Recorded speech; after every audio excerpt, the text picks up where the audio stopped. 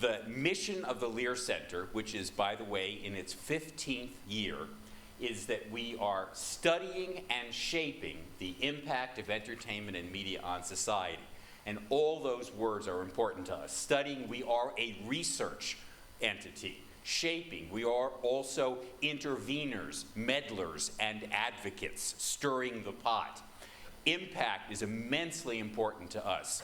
Making a difference and being able to measure that difference. Entertainment, very broadly conceived. I will not give you the 1 hour on that, of entertainment and media on society. We do that through programs and activities of various kinds.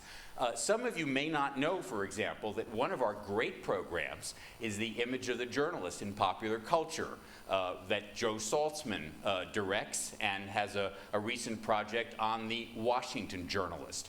Or that Josh Kuhn directs our popular music project. We've got a new grant to bring music lovers from around the country into town to learn the techniques that only someone like Josh can teach them. We have programs that you may not know about, like historians, journalists, and the challenges of getting it right.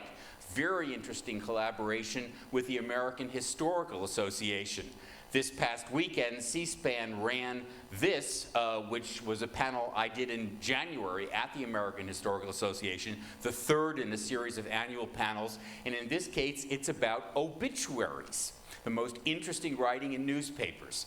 And on the panel includes Adam Clymer, the obituary writer now for the New York Times, and Adam Bernstein, chief obituary writer for the Washington Post. Fascinating discussion.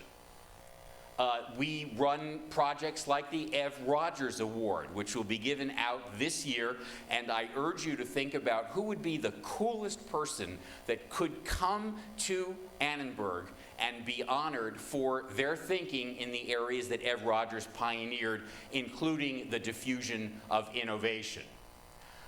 We partner with other centers for projects. Here is a project, Sports and the LGBT Experience, with the Sports Institute here, and Dan Durbin, that Adam Rogers on the Lear Center staff was the co-producer, director, and moderator of. I'm going to talk about two programs in slightly more depth than what I just did. And they are Hollywood Health and Society, which is our oldest program, and the Media Impact Project, which is our newest program. Hollywood Health and Society does outreach to the entertainment industry in order to provide a resource free to writers and producers anywhere in the entertainment industry who are covering the areas of public health, climate change, and access to health care. We do it in a wide variety of ways, briefings, tip sheets, events at the Writers Guild West and the Writers Guild East. Tomorrow I'm going to the lovely weather in New York for an event we are doing at the Writers Guild East on the Affordable Care Act at their headquarters there. We also do research on the impact of the shows that include information about these health issues, to know quantitatively what the impact on audience attitudes, knowledge, and behavior is. So in the course of our work, this is in the 2 years, 11 to 13, 335 storylines that we worked on have been aired. We've worked with 35 networks in the past 4 years, 91 different television shows, and because we also work with them online, attempting to help them with their transmedia work, more than 2,000 web links have been posted on shows because of this collaboration. We have a brand new aspect of Hollywood Health and Society, which is to work with on the topic of climate change. where, again, all these different activities, writer briefings, screenings, newsletters, and so on, are an attempt to provide free resources to writers who want to include climate change as one of the storylines that they're working on. And just to give you an example of that climate change work, a few weeks ago, there was a field trip. We do something called story bus tours to the JPL NASA lab in Pasadena, where we brought something like 37 writers and producers to experience the most amazing stuff that they have going on, to inspire them in this area and to be factually accurate. We have a new grant from the California Endowment, which is about the Affordable Care Act. Access to health care is a longstanding issue of public health, and now with this collaboration of funders, we are able to provide special attention to it. And the event that I just mentioned in New York, the Affordable Care Act Comedy, Drama, and Reality will happen on Tuesday. We also have a special mandate to work in Spanish language television because it is an especially underserved community. And so here, for example, is an Univision town hall. There's Kate Folb, the director of Hollywood Health and Society, at that town hall. And also, for example, we have coming up on Telemundo a multi-episode storyline in a telenovela about access to health care. There is another new exciting project at Hollywood Health and Society, which is called the Global Centers. It's funded by the Gates Foundation, and in fact, our Gates program officers are here in town today, and because they're here, we're in a series of meetings which I'm playing hooky on briefly. 4 others of us are at those meetings right now, which I will join. We now have partners in India and in Nigeria. The number 1 and 2 producers of entertainment in the world are India and Nigeria. Hollywood is number 3. So we are now seeing whether we can help our partners in those 2 production centers do the kinds of things there that we have been able to do here, appropriately adapted for their areas. So here is Chris DiZallo, who was one of those who was in those meetings today, on a field visit to our partner in Nigeria, a group called GIST. And here is events around a visit to India where our partner is called the Third Eye. We also do research, as I mentioned. Just the other day in January, we trained 14 student coders to do a baseline of the content analysis of primetime television. How is public health dealt with in shows? And so we have been doing this now for something like a dozen years. We have a tremendously rich database of the content of television, and we code for more than 100 health issues, and there'll be 500 hours of content. And this is a very rich resource that we can use. We also do audience impact studies. Our chief researcher, Erica, is also not here because she's on a plane, but examples of recent studies which are presented at professional conferences at things like the American Public Health Association, and the findings are published in peer-review academic journals in areas, most recently on the BRCA gene in 90210 sequence. Impact on audiences, as you just saw in Hollywood Health and Society, is tremendously important to us. How do you know? One of the ways in which we have advanced the study, the quantitative study of audience impact, is by work in an area called propensity score matching that my colleague Johanna Blakely has pioneered. And we are in a project with participant media here in town to do intense analysis of audience impact of 3 of their movies. Food Inc. has been done, Waiting for Superman has just been finished, and next we're going to move on to Contagion, a scripted film for them. And that method of analysis, fascinating, way of going about it found, for example, that including people who saw that movie were in fact quantitatively, measurably more likely to encourage their friends to learn more about food safety, to shop at a farmer's market and eat healthy food. Because we have been doing work in that area, the Gates Foundation and the Knight Foundation approached us and asked us to create what they called an enduring institution at the Lear Center to study the impact of media on audiences. And so the Media Impact Project has been launched. It's now been joined by other foundations, which is very exciting to us. Todd Cunningham and Johanna are not here because of meetings about that. It is meant to be a global hub for collecting, developing, and distributing the smartest approaches and best tools for measuring the impact of media. So not only are we collecting best practices, but also we are developing those tools, working with, for example, at the Innovation Lab with Francois Barr, and we have on the project core team Carl Kesselman from the ISI at the Viterbi School.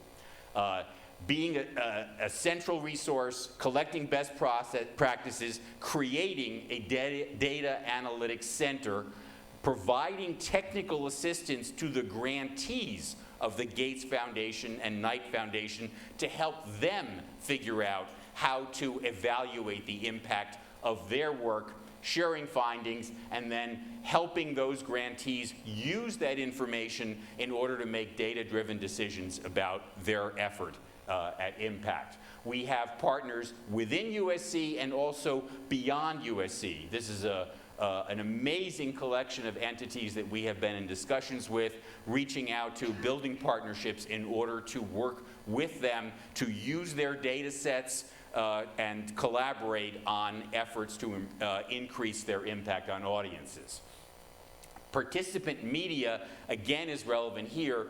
We have a project we are working with Participant on to develop something called the Participant Index, which will be the most massive ongoing panel and research survey of the impact of media on audiences, not just of participants' distribution media, but also of all current popular media on an ongoing basis and its impact on something like a dozen different important public issues. We have two secret weapons at the Lear Center, and one of them is the fact that we have Norman Lear. And I want to tell you to close about both those secret weapons. Norman Lear, as part of our efforts in climate change, has been saying over and over, what we need is to have a show that has lots of viewers and has a character who is a total pain in the ass about climate change. And the character he thought would best do that is Manny, the kid, on Modern Family. Well, that didn't happen. But I will show you something that did happen. And we never take credit for anything that we did, but I have seen Norman personally make this pitch to a number of showrunners. Hey there, neighbor.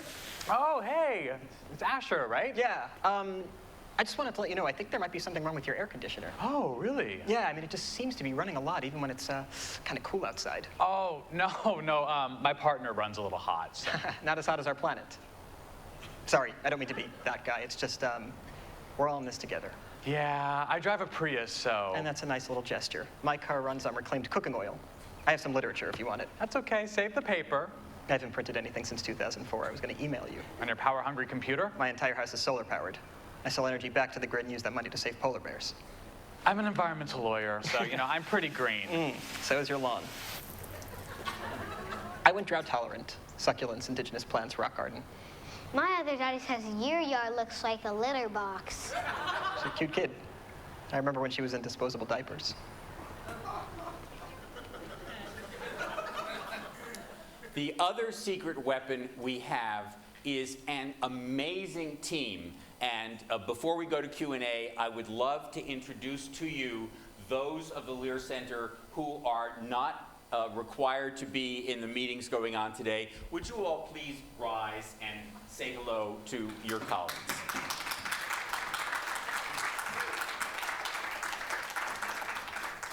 Thank you, and happy to take questions for any of us. Ernie. One of the things that was impressive to me in the presentation is the number of external partners that you have. And that's just something I'd like to encourage all of the centers to do, to really reach out as much as possible. In fact, I would like everyone, if they would send to Jeremy, raise your hand, Jeremy Rosenberg, my assistant dean of public affairs, is going to do one of these sort of cloud illustrations with Annenberg at the center and all the various partners that we work with.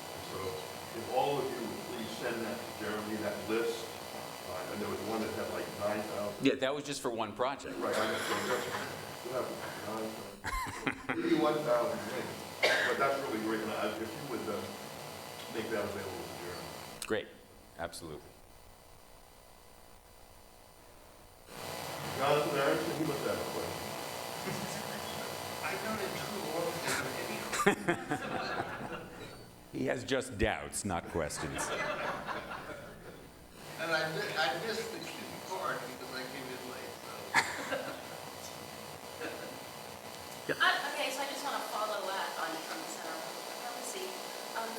At the end of February, we're having a conference looking at cultural diplomacy in emerging markets, and we'll have a film festival organizer panel, as well as somebody from Nollywood, the Eco International Film Festival. So we'll send some stuff Great. over to you and see if there's ways in which we can leverage. Terrific. Absolutely. In the past, we have worked together. As you know, we've done projects and panels and events together, and so thrilled to know about that, and in particular, Chris DiZallo, who is our point person on the Nollywood and Bollywood front. We would love to make sure that we're in contact. Thank you, and that's a great reason for us being together today, to build just those kinds of connections. Also on the impact question, if anybody's working on impact, I would hope you would reach out to the Lear Center, because we do have the potential, I think, of being a hub of impact across a variety of fields. I know that the Center on Public Diplomacy is also working with the Federal Advisory Group. Yeah, Today, today we have a workshop with the U.S. Advisory Commission on Public Diplomacy. Basically, what we're trying to do is to take another look at public diplomacy impact evaluation, because it's been a perennial issue and challenge. And so we are revisiting this issue, and the timing is just so perfect, because the U.S. Commission, the Advisory Commission, is also looking at this issue, so we are partnering with them to look at the existing evaluation projects and identify the strengths and weaknesses and trying to support them. Which is terrific. I was part of the creation of the Center on Public Diplomacy, and one of the leading themes at that point was the inadequacy of metrics for public diplomacy. They were counting things like how many news stories occurred after an event, as though that were an adequate proxy for impact. Okay, I'll ask. You talked a lot about outreach and some goals. And if you talked about it already in the past, but how about the inreach back into Annenberg and the students? I'm happy to go into that in greater depth than I did, which was next to none. We have worked through the years with, I'm sure, about 10 centers from year to year on various projects, and those collaborations are very exciting. I mean, for example, one slide that I did show is the Historians, Journalists, and Challenges of Getting It Right, which is a collaboration with the Center on Communication Policy and Leadership. We also work with 14 other schools at USC on projects, and faculty in 35 different disciplines across the university. Students have an opportunity to work with us as interns. And if any students are here or hear about this, Adam Rogers, who is here, is our intern wrangler. And we've got some terrific students who work on projects doing research, and in some instances are paid research students, and also through the events that we do on campus and in town, which are almost always open to students. When you talk about students, are you looking for graduate students, or? We've worked with undergraduates as well as graduates, yeah. Yeah, absolutely. It usually depends ultimately on time, their time and their ability to be regular contributors. It's one of the toughest challenges, especially for an undergraduate, is to make a commitment for regular time throughout a semester. And so that's the key to having a great experience for both sides. Okay, well, let me thank the Norman Lear Center and Marty Kaplan for their great work. Thank you.